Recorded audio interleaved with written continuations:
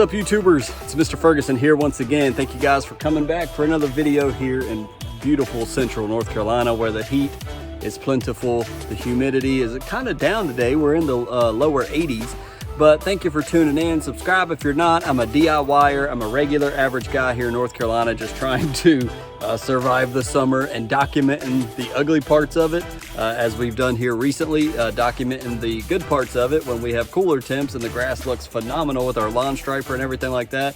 But I'm showing everything that I do here, and I've gotten some great comments of people that said, Mr. Ferguson, you've saved me money. I was about to do this and you showed this and now I'm not. Thank you. And that makes this whole channel worthwhile, when I can save somebody out there money or saying, that's interesting. I was thinking the same thing, but glad you showed. That's what makes this channel I love that. I love helping people to stop them from wasting their money, and I've got the channel, and so that's kind of what we're going to do today. We've shown here in the past several videos how when I came back from vacation, my lawn has all these dormant spots in the lawn. Some people think it's fungus. I tend to believe it's just dormant. The grass has gone dormant. It's so hot. We've had such lack of water. Half an inch a week is not enough, and it's just protecting itself. I was watching a video that I'm going to link somewhere. The card will be up top in the corner, from Lawn Genja.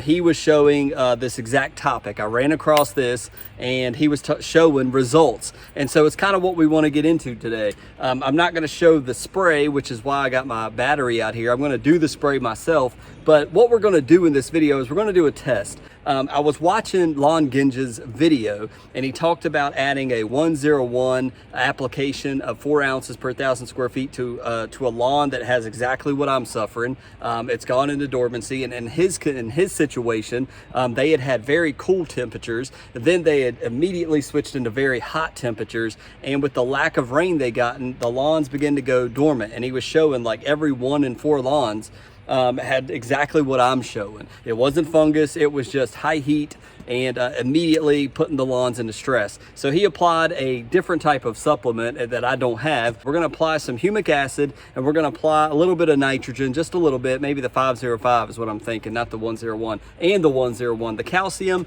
a little bit of humic. I don't have any kelp. We've run out of sea kelp, but we're going to put a little bit of the humic 12, the 101, and maybe a little bit of 505. And let's see, does that help clear up? He had talked about adding the humic to really get the organic matter or the nutrients flowing in the grass.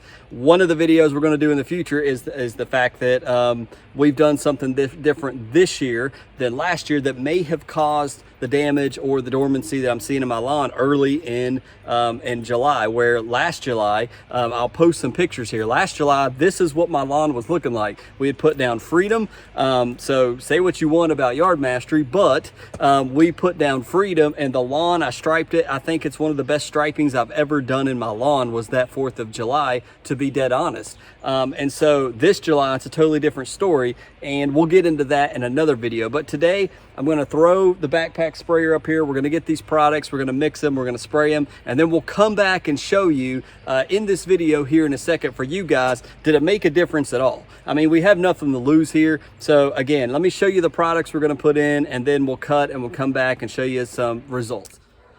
All right, so as I mentioned just a moment ago, we're going to put in some Mr. Humic 12 here, try to get some of those nutrients uptaken into the plant. That's what he recommends. We're going to try it out, see if it makes a difference in my lawn. So we're going to do 4 ounces of humic acid per 1,000 square feet. Humic 12, next product. I've used this in the past, haven't used it at all this year on this lawn at all. But I've used it in the past, so we'll see if it makes a difference whatever at all. But 4 ounces per 1,000 square foot of humic 12 will be going in. And also, I'm going to go ahead and put a little bit of the 505. I want to save, I'm down a little bit on my 101, so I'm going to do 505, but I'm going to drop it down to 3 ounces per 1,000 square feet. Add a little bit of nitrogen. Some of this is urea. It's going to green up the grass. We're not trying to make it look pretty, but I think the purpose of this is that he's going to put a little bit of nitrogen in it just to promote growth, to get it to grow a little bit. So we're going to do 3 ounces per 1,000 of 505. It does have +3 calcium, or 3% chelated calcium in here, which should be readily available, which he also mentioned getting calcium into the plant with something similar to me. So as I mentioned, 3 ounces of 505, 4 ounces per thousand of the humic 12. That's all I have. I'm out of CK. If I had kelp, if you're going to do this mix, you're like, I'm going to try it with you, Mr. Ferguson. I would add some sea kelp if I had some. I don't have the money to buy it right now, to be honest with you guys. So we're going to go with these 2 products. I'm going to spray it. I'm going to begin to water it in. I've already done deep watering. I did some more watering today. When I apply this, I'm going to do some watering to try to get it into the soil. And then we're going to come back here on this video, show you if it made any difference whatsoever. We'll give it a couple days and we'll show you here in a second if it made a difference at all. Or, Mr. Ferguson, you said you wasn't going to waste any products or put anything in it to try to save it. I just can't help myself. It's a YouTube channel. We got to try something so that we can say, hey, this actually worked, guys. Lawn Genja helped save my lawn, and he will deserve all the credit if this works. So let's apply these. Let's see what happens. So guys, it's been 2 days since we applied that mix of humic 12 and the 505 with 3% calcium. I've not heavily watered. I watered after I applied it. Pretty good in all areas. As you can see, we've still got some browniness here. This area looks a little better. So was it a huge change in this section? I don't think so. It looks pretty much the same. As you get down here, this is clearly all a mix of turf type tall fescue and Jonathan Green, then shade mix, but you can just kind of see it's just got a little bit of the die off, a little bit of dead grass. It's not as thick as it was at all. And it's just looking just like stressed out. The hot air, the humid air, it just doesn't look good. It looks stressed out. It just looks worn out. Now, surprisingly, remember we planted this at the beginning of spring and it's still holding up in this shaded area. This ryegrass here with it was this dense shade mix we put down here. It's sort of kind of held up. I'm very surprised. Being it's in the shade, it's done well. And you can just kind of see how long, and the grass is beginning to lay over because I do need to run the mower and cut this grass that's long. Now, it does look like up here it has grown some. I think some of that nitrogen has produced some growth in the areas that were stressed and stunted. It's beginning to grow some with the water. We had another rain. We woke up to rain yesterday morning, and so it's had some natural rain and some humic 12. You can see right here, perfect example. See, this is like 6.5, 7 inches tall, and then right behind it, you've got shorter and a little bit of brown in it. And so it still doesn't look good, but I definitely can tell how it looks improved and better, but it still is stressed out. It's still brown. This could be permanent damage that won't come back. I don't know. It's trying to green up in some of these areas. It's trying to come back, but it's not fully coming back. This area looks pretty good. It looks like it may have helped a little bit. It's very shaggy, very in need of being cut over here along the house. And it's, a little brown. You still see that little tinginess of brown and a little bit right here. It hasn't really promoted a lot of growth. I've seen a little bit of growth from that nitrogen. I can say that 100%. Been hand watering this, and some of this over here by the mailbox has come back surprisingly. Remember how this was stressed out 100% all the way from here to the road. It was stressed out. It's come back a little bit. So some of this has come back green. Some of it continues to be dormant and continues to look nasty. Some of this has begun to come back green, especially on this section. Some of it's begun to come back over here.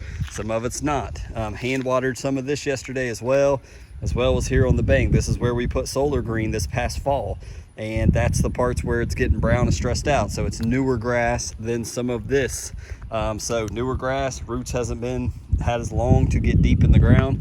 We'll see. I continue to try to water, continue to try this mix, and it doesn't seem like it's done any type of miracles for my lawn. But overall, just looking at it, guys, you should be able to tell it does look better. The natural rain plus all the watering I've done has made a difference. Even right here, I can tell it was very brown.